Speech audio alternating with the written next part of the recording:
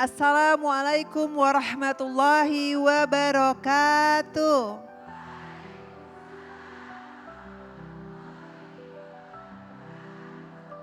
Selamat datang dalam program Kajian Hati bersama Ustadz Hilman Fauzi dan saya Fairuz Arafik yang akan menemani para pemirsa yang ada di rumah dan para jamaah yang ada di sini. Kajian Hati. Ustadz, tema kita kali ini kan saat hati dan pikiran bertentangan. Jalan mana yang harus didahulukan? Jadi yang mana nih Ustadz yang harus kita dahulukan? Silakan Ustadz. Bismillahirrahmanirrahim. Assalamualaikum warahmatullahi wabarakatuh.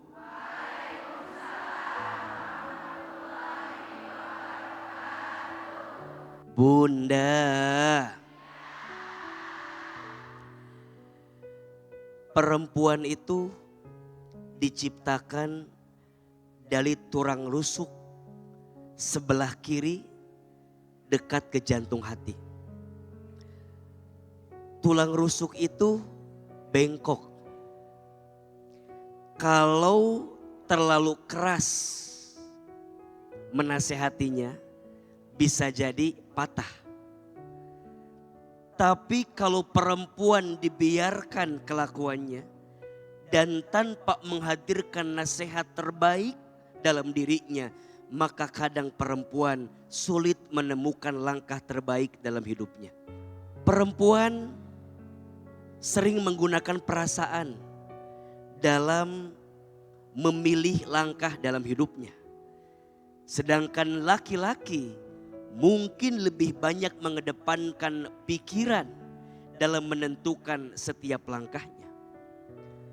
Maka pertanyaan selanjutnya, apa yang membuat perempuan bisa kuat untuk memilih langkah terbaik sehingga pilihan yang dia ambil adalah pilihan yang terbaik?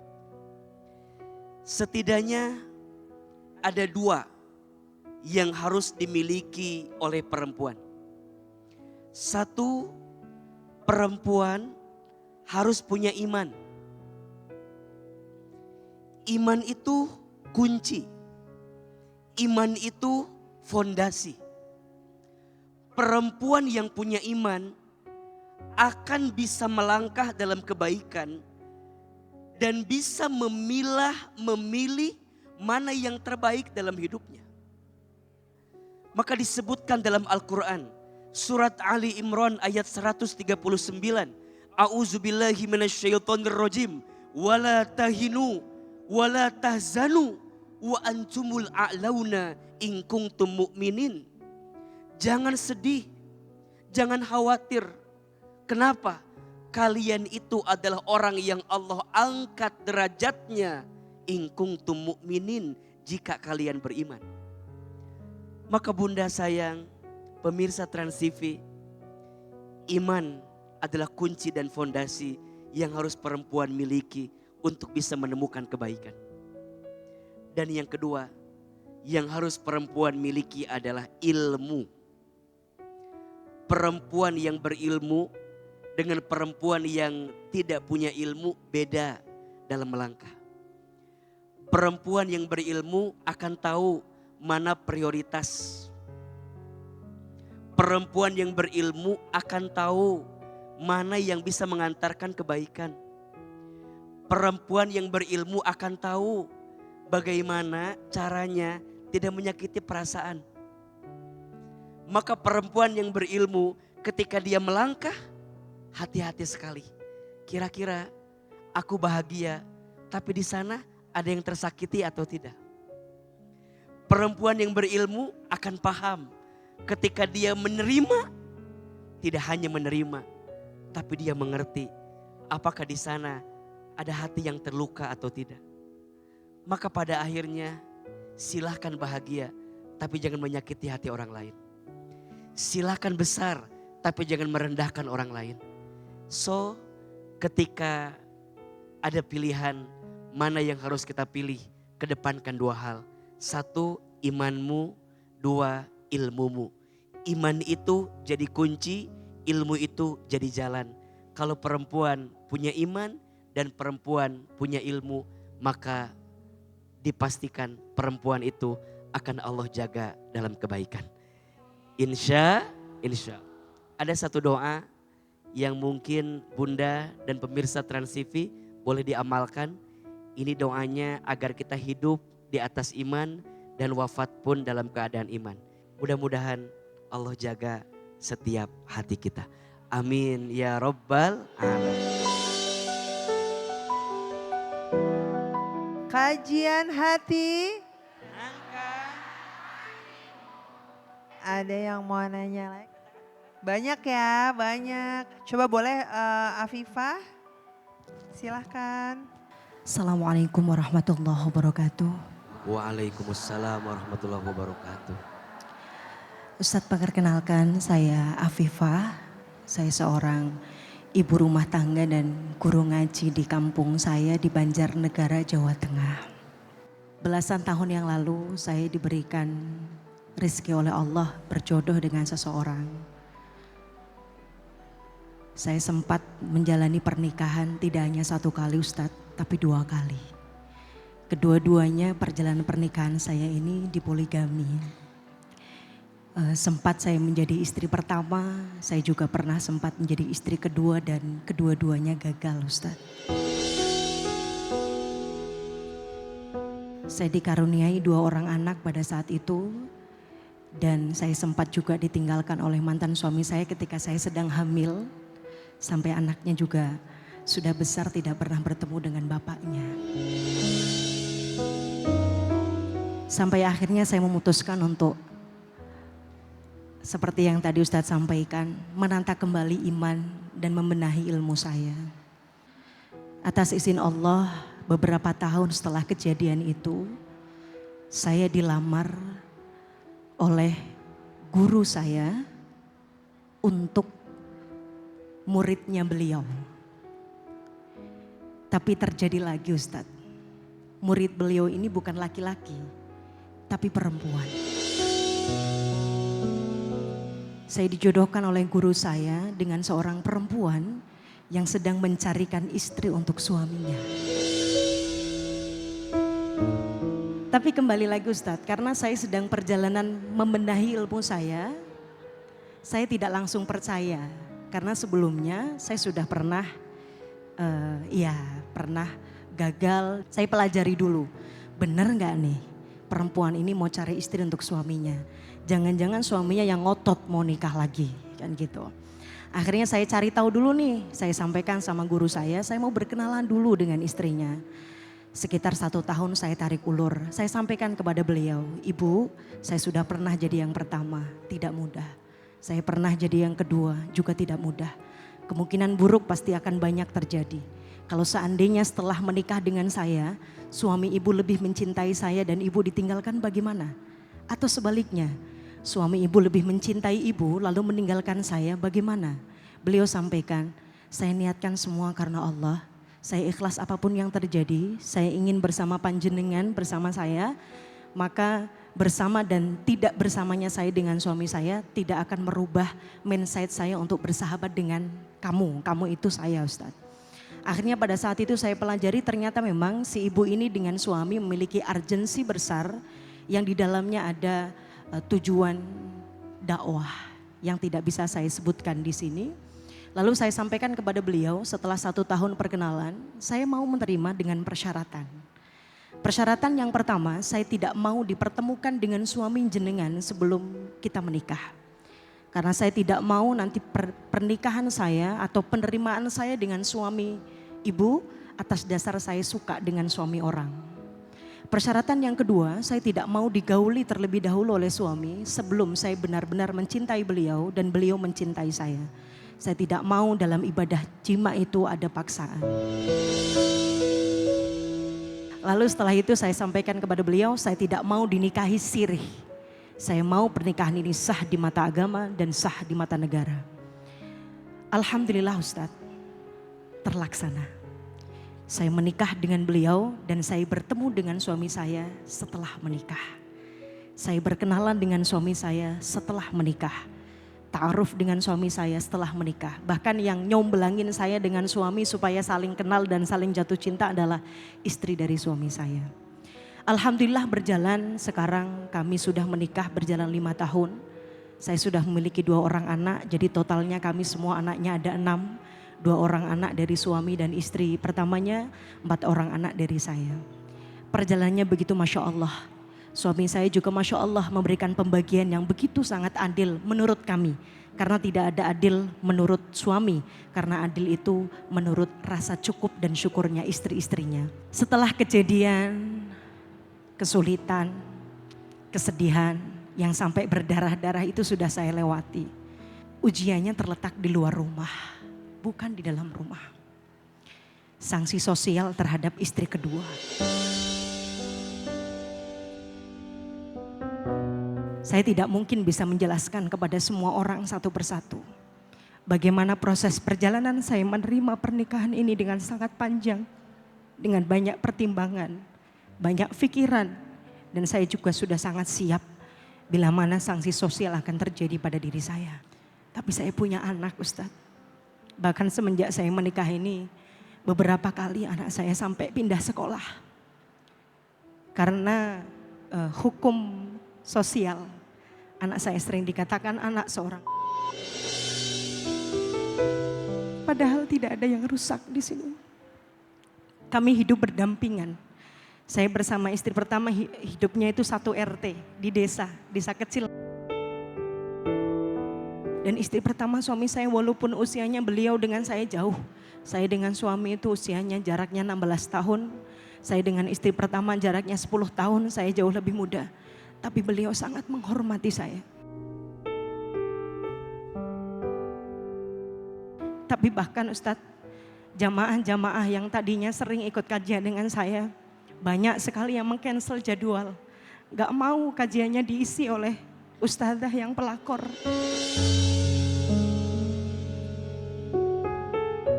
Pertanyaan saya begini Ustadz, apakah istri kedua yang sama sahnya ini di mata negara dan agama, itu sama derajatnya di mata Allah seperti perempuan hasil selingkuhan dan zina Ustaz.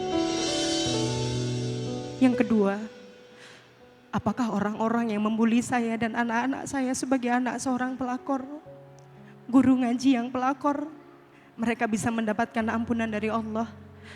Karena manusiawi, kadang-kadang saya juga sakit hati, kecewa. Apakah mereka akan mendapatkan pengampunan dari Allah? Itu yang ingin saya tanyakan. Karena terpaksa juga saya harus memondokkan anak saya jauh dari rumah. Supaya psikisnya tidak terganggu dengan bulian teman-temannya. Terima kasih Ustadz. Mohon maaf lahir batin. Wassalamualaikum warahmatullahi wabarakatuh.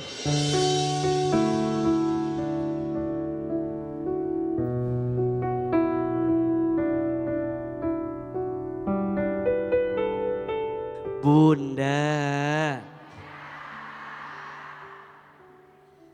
menjadi seorang istri itu adalah kesempatan mulia dan dimuliakan.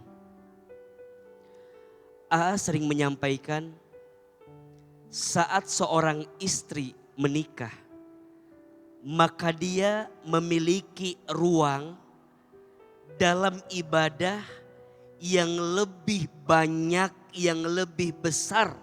Bahkan di dalamnya ada pahala yang Allah siapkan. Sekarang ada pertanyaan, AA, apakah pahala ibadah dan kebaikan itu hanya untuk istri yang pertama? Jawabannya tidak. Menjadi istri yang pertama, menjadi istri yang kedua, dua-duanya mulia selama cara-cara yang ditempuhnya tidak melanggar aturan Allah Subhanahu wa taala. Tadi kita belajar dari Ustazah Afifah tentang bagaimana proses beliau menjadi istri yang kedua. Satu, lihat di sini. Yang memintanya untuk menjadi istri yang kedua bukan suami, tapi siapa? Istri. Dan ini sulit. Juga. Maka pada bab ini aja rasanya berat. Betul nggak? Pada bab ini saja rasanya sulit. Dan rasanya mungkin 1001 barangkali yang bisa seperti itu. Betul? Yang kedua, perhatikan prosesnya. Beliau menyampaikan, saya baru akan ketemu dengan calon saya setelah saya menikah. Dan itu pun istri yang pertama yang menjadi wasilah untuk izin pertemuannya. Ini bagus agar saat menjadi seorang istri bukan karena oleh, tapi karena Allah. Kalau bertemunya sebelum menikah, lihat wajahnya cakep, khawatir nikahnya karena wajahnya cakep. Lihat profesinya pengusaha, takutnya dia mau karena dia pengusaha. Dan seterusnya dan seterusnya. Ini bagus menunjukkan bahwa cintanya bukan karena oleh, tapi karena siapa? Tapi karena Allah. Dan yang ketiga, adil itu secara perasaan tidak akan bisa. Tapi secara materi bisa. Maka poinnya, jangan bicara adil pada urusan perasaan, tapi bicaralah adil tentang sesuatu yang bisa dilihat dengan pandangan. Dan beliau sudah mendapatkannya. Tidak ada yang salah. Jadi ingat, menjadi istri kedua itu tidak hina selama prosesnya benar. Dan ingat, tidak semua orang punya kemampuan itu. Maka kata Nabi, kalau nggak bisa, fawahidatan, cukuplah satu. Dan para suami di luar sana yang merasa tidak bisa dan tidak mampu, jangan memaksakan sesuatu yang akan mengantarkan keburukan. Betul? Bagaimana mungkin kita bisa membahagiakan orang yang baru sedangkan kita belum bisa membahagiakan orang yang lama? Setuju? Dan menurut guru saya, ini kata guru saya ya, cinta itu nilai, bukan angka. Kalau angka dibagi itu berkurang. Tapi cinta itu nilai yang ketika dibagi bisa bertambah. Dengan syarat cintanya karena siapa? Karena Allah. Jadi Ustazah Afifah dan semua yang di luar sana yang mungkin takdirnya menjadi istri yang kedua, jangan patah semangat, jangan berkecil hati, selama prosesnya benar pasti ada kebaikan yang Allah titipkan. Yang kedua, untuk semua orang yang sering menghina, yang sering merendahkan, yang sering membuli keturunannya beliau, bertaubat, minta ampun. Hati-hati. Boleh jadi orang yang kamu hina lebih mulia di hadapan Allah, dan orang yang kamu rendahkan lebih tinggi derajatnya di hadapan Allah Subhanahu wa taala. Kita tidak bisa menyenangkan semua orang. Pasti akan ada saja orang yang tidak suka dengan kita.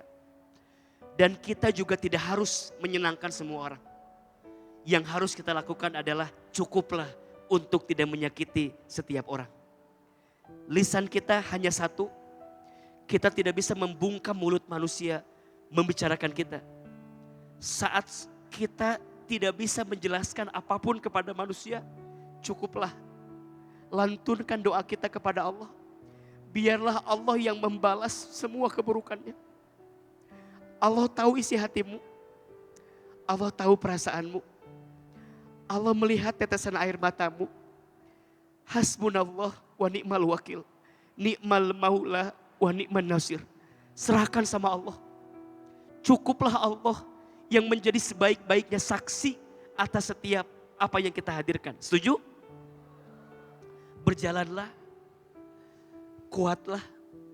Karena Allah tidak mungkin menitipkan beban kepadamu melebihi batas kemampuanmu. Mudah-mudahan Allah jaga rumah tangganya. Kita doakan semoga Ustazah Afifah istiqomah dalam dakwah. Dan beliau dikuatkan hatinya. Insya Allah rumah tangganya sakinah, mawadah, warahmah. Amin ya rabbal alamin. Terima kasih. Terima kasih sudah. Terima kasih sudah menjadi suami. Terima kasih sudah menjadi kakak. Terima kasih sudah menjadi bapak. Karena kebetulan saya dari kecil tidak bersama bapak. Terima kasih kepada kakak mandu saya karena sudah menjadi kakak, menjadi ibu untuk anak-anak saya.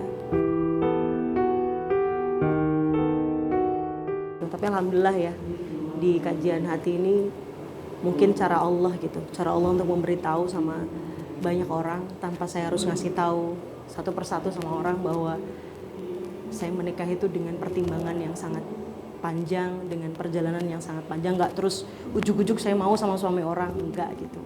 Alhamdulillah, terima kasih kajian hati, terima kasih Ustadz Imam, Ustadz Hilman bikin saya juga jadi lebih lapang gitu. Jadi nggak suudon sama Allah.